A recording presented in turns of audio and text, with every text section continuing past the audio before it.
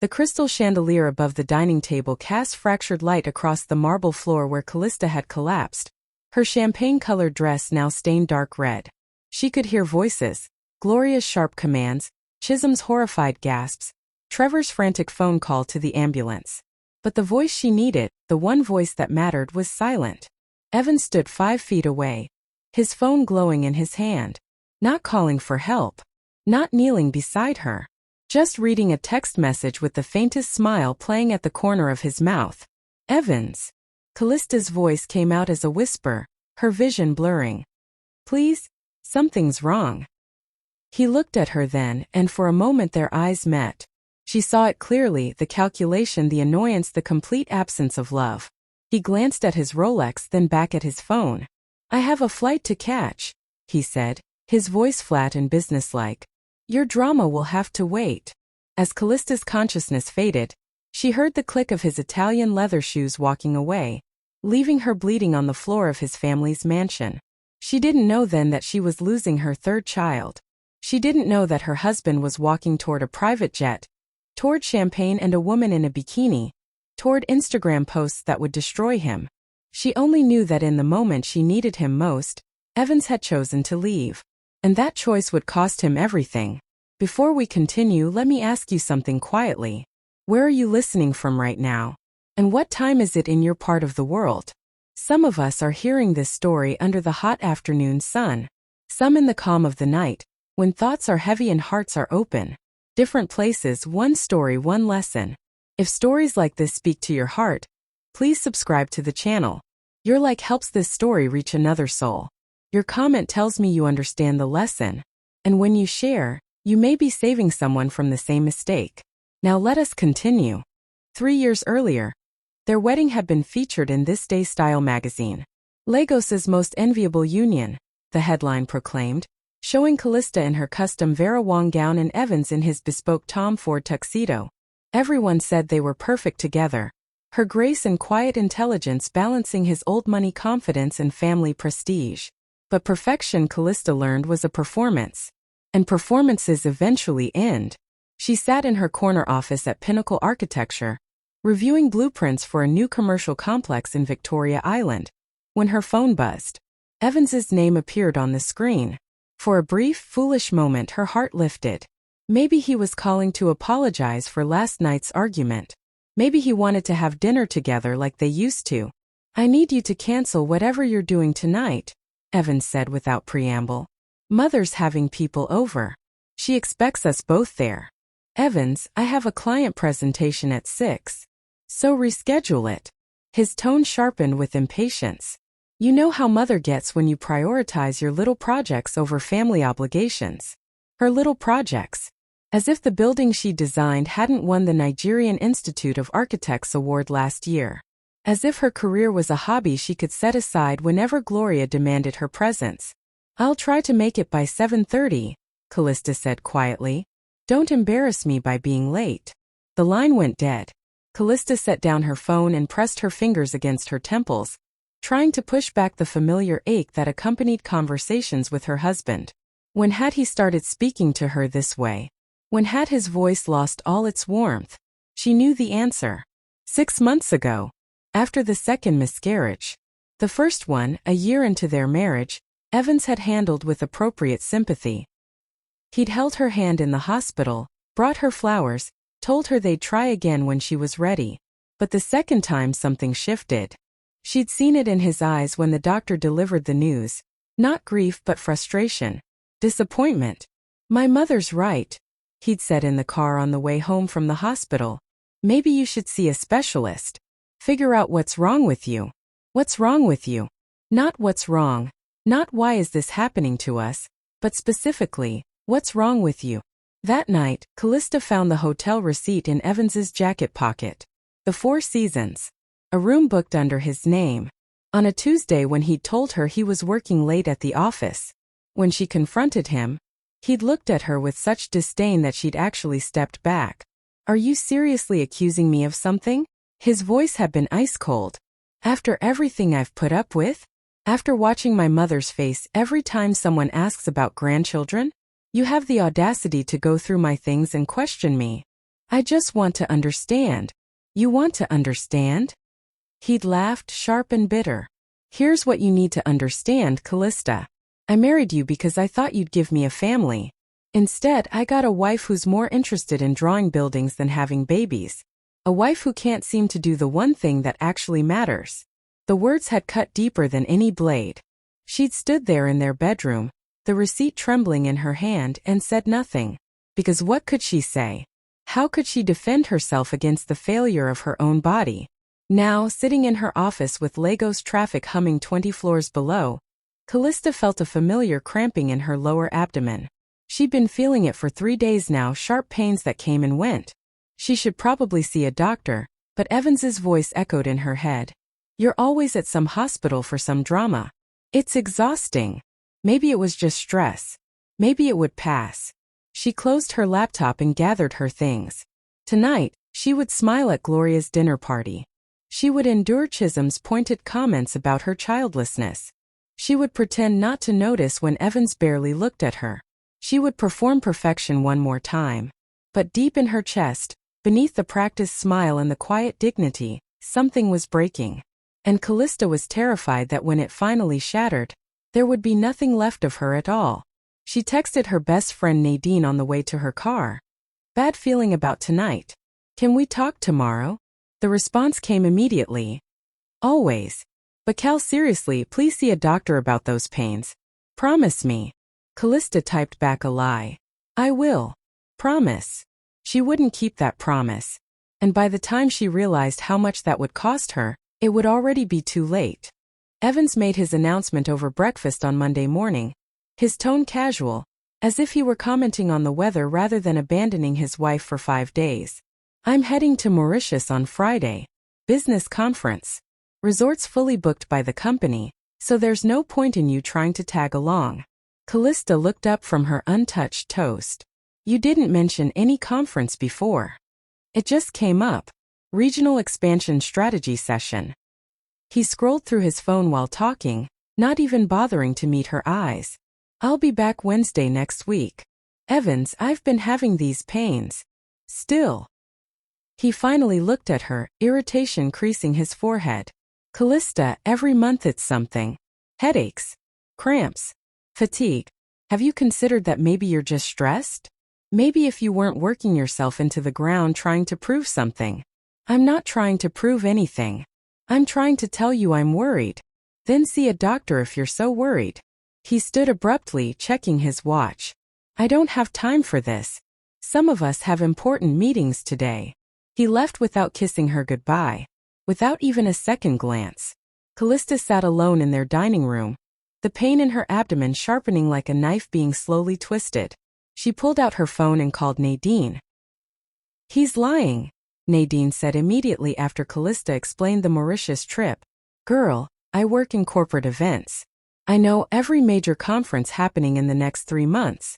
There's nothing in Mauritius except honeymoons and affairs. Maybe it's internal. Company only. Maybe you're making excuses for him. Nadine's voice softened. Calista, listen to me. You need to see a doctor about those pains. Today. Right now. Forget Evans and his fake conference. Take care of yourself because clearly he won't. But Calista didn't go to the doctor. Instead, she went to work, pushing through the pain, telling herself it would pass. It always passed. What she didn't know was that across town, Evans was sitting in a luxury boutique watching Yasmin try on bikinis for their trip, laughing at her poses, promising her that soon, very soon, he'd be free to make their relationship public. Your wife still doesn't suspect? Yasmin asked, examining herself in a mirror.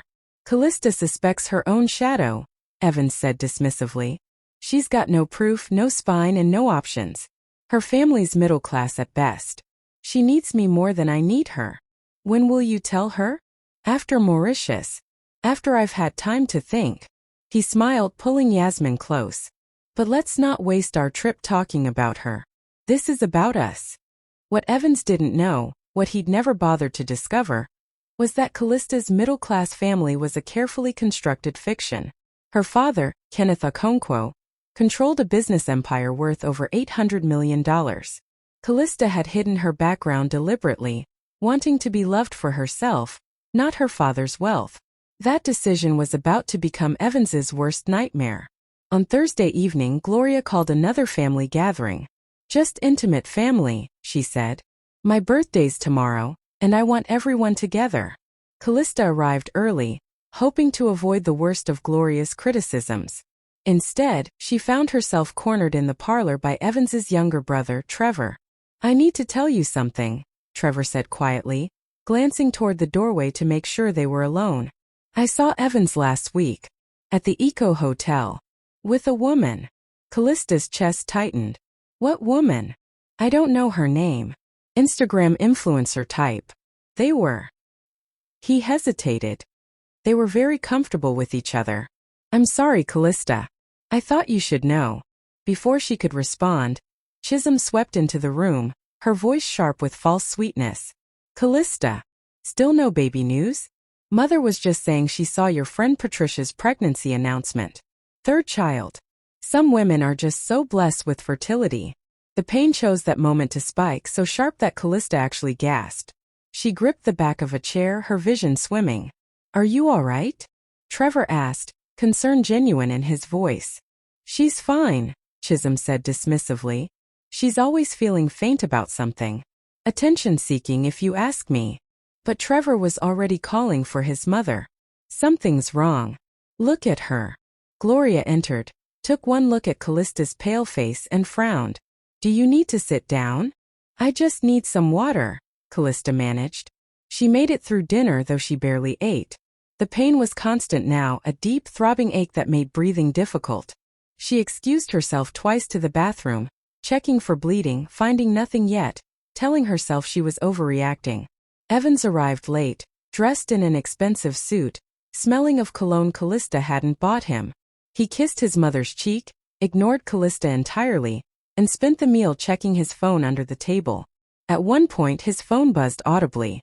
He glanced at it and actually smiled before typing a quick response. Calista saw the name on the screen, Yasmin. "Who's that?" she asked quietly. "Work contact. Nothing important."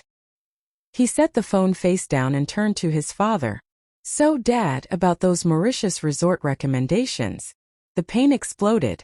Callista's fork clattered to her plate. She gripped the table edge, feeling warmth spreading beneath her dress. No, not here. Not now. Calista." Gloria's voice seemed to come from very far away. She looked down. Blood. Dark red against the champagne fabric of her dress, pooling on the white cushion of Gloria's antique dining chair. Chisholm screamed. Trevor shouted for someone to call an ambulance. Gloria rushed to Callista's side, her face transforming from irritation to genuine horror. "And Evans?" Evans checked his phone. Saw the message from Yasmin. "The jet's waiting, baby. Don't let her ruin our trip." He looked at Calista, bleeding, terrified, reaching for him, and felt only annoyance. "Evans!" Gloria shouted. "Help me get her to the couch." "I have a flight to catch," he said, standing calmly. "Trevor can handle this. I've got an early morning meeting." "Meeting?" Gloria's voice rose to a shriek. "Your wife is bleeding. And the ambulance is on its way." He was already moving toward the door, typing on his phone. "I'll check in when I land." Calista tried to speak, to call his name to make him stay. But the pain was swallowing everything now. The last thing she saw before darkness took her was Evans's back as he walked out of his mother's house. Walked out on her. Walked toward his mistress and his private jet and his complete destruction.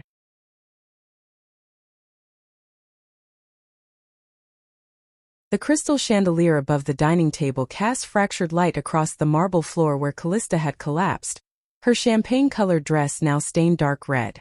She could hear voices, Gloria's sharp commands, Chisholm's horrified gasps, Trevor's frantic phone call to the ambulance. But the voice she needed, the one voice that mattered, was silent. Evans stood 5 feet away, his phone glowing in his hand. Not calling for help. Not kneeling beside her. Just reading a text message with the faintest smile playing at the corner of his mouth. "Evans." Callista's voice came out as a whisper, her vision blurring. "Please? Something's wrong." He looked at her then, and for a moment their eyes met. She saw it clearly, the calculation, the annoyance, the complete absence of love. He glanced at his Rolex, then back at his phone. I have a flight to catch, he said, his voice flat and businesslike. A flight? Gloria's voice rose to a shriek as she knelt beside Calista. Your wife is bleeding. And the ambulance is on its way. Evans was already moving toward the door, his expensive Italian shoes clicking against the marble. Trevor can handle this. I've got an early morning meeting I can't miss. Evans, please. Calista reached for him, her hand trembling. He didn't even look back. Trevor grabbed his brother's arm. Are you insane? Look at her. Evans jerked free. I'll check in when I land. This is just stress. She's always. Always what? Trevor's voice shook with rage. Always inconvenient? Always ruining your plans. But Evans was gone, walking through the back entrance, his phone already pressed to his ear. Baby, I'm on my way. Sorry for the delay. My wife decided to have a meltdown at the worst possible time. The ambulance arrived 7 minutes later. 7 minutes during which Gloria held Callista's hand. Chisholm fetched towels that quickly soaked through with blood, and Trevor made frantic calls to find the nearest emergency room with an OB-GYN on duty. At the hospital, the emergency team moved with practiced urgency. They transferred Calista from the ambulance gurney to a hospital bed, started 4 lines, called for the on-call gynecologist. Gloria stood in the corner, her expensive jewelry glinting under fluorescent lights, her face pale with shock. Mrs. Ola, the doctor said gently. Can you tell me when the pain started? 3 days ago, Calista whispered. But it got worse tonight. Have you had miscarriages before? 2. In the past 2 years. The doctor's expression tightened. And your husband? Is he here? The silence stretched. The machines beeped. Blood pressure cuff inflated. Deflated. He had a flight to catch, Gloria said, her voice hollow with shame. To Mauritius. The doctor looked up sharply. A flight? His wife is having a medical emergency and he took a flight. The ultrasound confirmed what everyone already knew. Calista was miscarrying. Her 3rd pregnancy lost. But this time was different. This time there were complications. Severe bleeding. Possible uterine damage from the delayed treatment. We need to do emergency surgery, the doctor explained. There's significant hemorrhaging. If we don't control it now, you could lose too much blood. Will I be able to? Callista's voice broke. Will I be able to have children after this? The doctor hesitated. That hesitation told Calista everything. They wheeled her toward the operating room. Gloria walked alongside the gurney, tears streaming down her face. I'm so sorry, Gloria whispered. I'm so sorry for everything. While Calista fought for her life in surgery, Evans posted his first Instagram story from the private jet. The photo showed 2 crystal champagne flutes touching in a toast, sunset colors reflected in the bubbles. The caption read, finally taking that much-needed break. Hashtag living my best life. Hashtag Mauritius. In the next story an hour later, Yasmin's silhouette against the window, her hair perfectly tousled.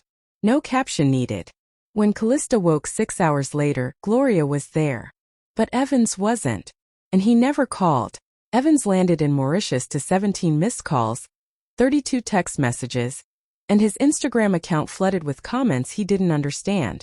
How could you do this to your wife? You're disgusting. She's in the hospital and you're on vacation? Shame on you. He scrolled through with growing confusion, then rising alarm. Who had told these people about Calista? How did strangers know about her hospital visit? He called Trevor. His younger brother answered on the first ring. What the hell is going on? Evans demanded. Why is my Instagram blowing up? You posted champagne photos while your wife was in emergency surgery. Trevor's voice was ice. People figured it out. Surgery? For what? She was just having cramps. She had a miscarriage, you bastard. Your 3rd child gone. And because you left her bleeding on the floor for 2 hours before we could get her to hospital, the damage might be permanent. She might never be able to carry a baby again. The resort beach spread out before Evans, pristine and perfect. Yasmin was at the spa. The sun was shining. And his entire world was collapsing. That's not my fault, he said, but his voice shook. I didn't know it was that serious. You didn't care if it was that serious. She was bleeding, Evans. Visibly bleeding. And you checked your phone and left. I have a business to run. You don't anymore. Trevor laughed, sharp and bitter. Check your email. Check Dad's messages. The business is finished. Evans hung up and opened his email. The first message was from his father, sent 2 hours ago. Evans, we need you home immediately. 3 of our biggest contracts have been terminated without explanation. Legal is saying Africanfolklore Industries pulled their partnerships. I don't understand what's happening. Your mother says it has to do with Calista? Call me immediately. Africanfolklore Industries. The name rang a bell, something important, but Evans's mind was racing too fast to catch it. The second email was from his company's legal department. Dear Mr. Ola, following the termination of our agreements with Adex Industries, we have identified critical exposure in the following areas. The list that followed was devastating. 12 contracts, 6 joint ventures, 4 major development projects, all dependent on Adex Industries' participation or blessing, all terminated. Estimated losses, over 40 million naira. Evans felt sick. He called his father. Donald Ola answered, his breathing labored. Where are you? Mauritius. Dad, what's happening? Mauritius. His father's voice rose to a shout. Your wife is in the hospital, our business is collapsing, and you're in Mauritius? It was a business trip. Don't lie to me. Your mother told me everything. About the woman. About you leaving Calista bleeding at our house. Donald's breathing became more ragged. How could you do this? How could you be so cruel? So stupid. Dad, calm down. Calm down? Do you know who Calista's father is? Do you have any idea what you've done? Her father's dead. She told me. She lied. Kenneth Adex is her father. Kenneth Adex, owner of the largest private conglomerate in West Africa. The man whose good favor has been keeping this family business afloat for 3 years. Donald's voice cracked. And you left his daughter bleeding on the floor. You left her for a woman you've been cheating with. You've destroyed us, Evans. You've destroyed everything. The line went dead. Evans stood on the beach, phone in his shaking hand, the pieces finally clicking together. Calista's reluctance to talk about her family. Her modest job that she didn't really need. The way she never seemed concerned about money. She was Kenneth Adex's daughter. And he had left her dying to go on vacation with his mistress. His phone rang. His mother. Come home, Gloria said. Her voice was empty, exhausted. Your father's had a stroke. He's in intensive care. Come home, Evans. Come home and face what you've done. Evans changed his flight immediately. Yasmin threw a tantrum when he told her they were leaving. Are you serious? We just got here. My father's in the hospital. So is your wife, apparently, but that didn't stop you from coming. She grabbed her designer bag. You know what? You're pathetic. Your family's going broke anyway. I'm staying. Find your own way back. She left him there, in their luxury suite that he could no longer afford, surrounded by the wreckage of his own choices. When Evans landed in Lagos 16 hours later, he went straight to the hospital where his father was being treated. Donald had suffered a massive stroke.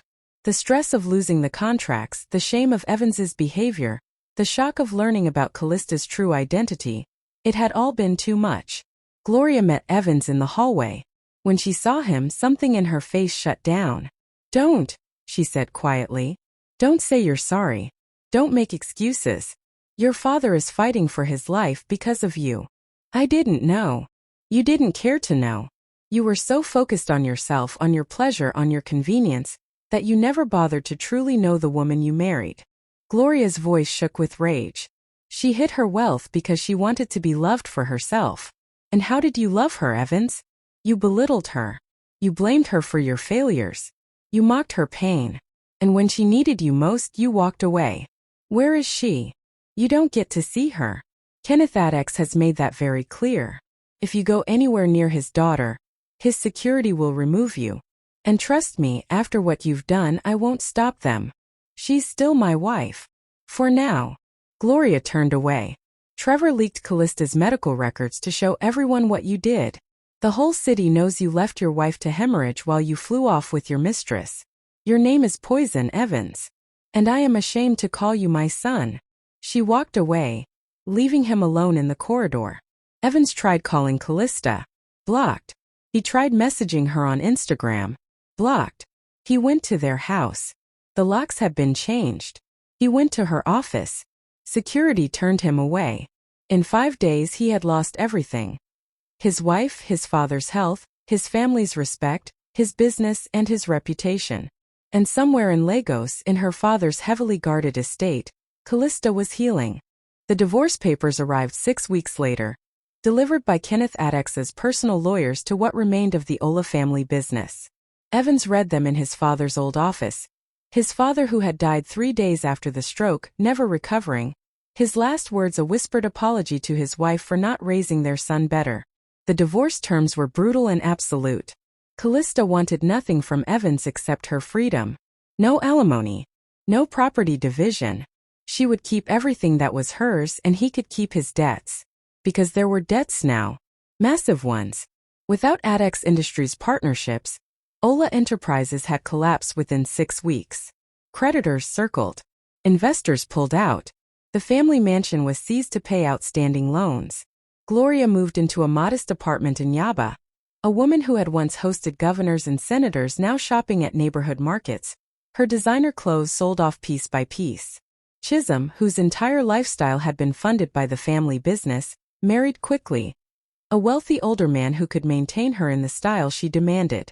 She never spoke to Evans again. Trevor was the only one who occasionally checked on his brother, though their conversations were brief and cold. "You could apologize," Trevor said one evening, sitting across from Evans in the tiny flat Evans now rented in Surulere. "Actually apologize. Not to get her back, but because it's the right thing to do. I've tried. She won't see me. Won't take my calls. Can you blame her?" Trevor stood to leave. "You know what the doctors told Mother? Calista will likely never carry a pregnancy to term. The damage from the hemorrhaging, the scar tissue from emergency surgery, all because you left her bleeding for 2 hours. You didn't just betray her, Evans. You took away her chance at motherhood." After Trevor left, Evans sat alone in the darkness, those words echoing. You took away her chance at motherhood. He tried one more time to reach Calista. He went to her father's estate in Ikoyi, stood at the gates, and begged the security to let him speak to her. Kenneth Addex came to the gate himself. "You have some nerve coming here," Kenneth said quietly. "I just want to apologize. To explain." "Explain what? That you're selfish? That you're cruel? That when your wife was dying, you chose champagne and a mistress?" Kenneth stepped closer to the gate, his voice dropping to something deadly soft. "My daughter gave you everything. Her heart, her trust, her loyalty. She hid her wealth because she wanted you to love her for her. And you repaid that by treating her like garbage. By abandoning her when she needed you most. I know I failed her. You didn't fail her. You destroyed her. She can't have children now. That's permanent, Evans. That's forever. Because you couldn't be bothered to stay with your wife for 2 hours. Because your flight to your mistress was more important than your wife's life." Kenneth pulled an envelope from his pocket and threw it through the gate. It landed at Evans's feet. "That's the final divorce decree. Calista signed it this morning. You're free. Free to live with what you've done for the rest of your miserable life. Please just let me see her. Let me tell her I'm sorry. She doesn't want your apology. She doesn't want anything from you. You're erased, Evans. Completely. She's moving on with her life. And you." Kenneth smiled, cold and final. "You get to live in the ashes of everything you destroyed." Kenneth turned and walked back into his estate, the gates closing with mechanical finality. Evans picked up the envelope with shaking hands. Inside was the divorce decree, stamped and official. Attached was a single photo.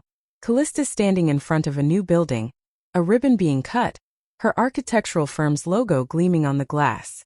She looked strong, healthy, happy, and she was looking at the camera, at whoever took the photo, with a smile Evans had never seen her give him. Not in 3 years of marriage. She had moved on. 6 months later, Evans saw her picture in Forbes Africa. Rising architects reshaping the continent featured Calista's new firm, Addex Design Group, which had just won a major contract to design a sustainable housing complex in Accra. The interview mentioned she'd relocated to Ghana, was thriving professionally, and had started a foundation supporting women who'd experienced pregnancy loss. "I learned that my worth isn't determined by my body's ability to carry children," she was quoted as saying. "I learned that I'm enough exactly as I am.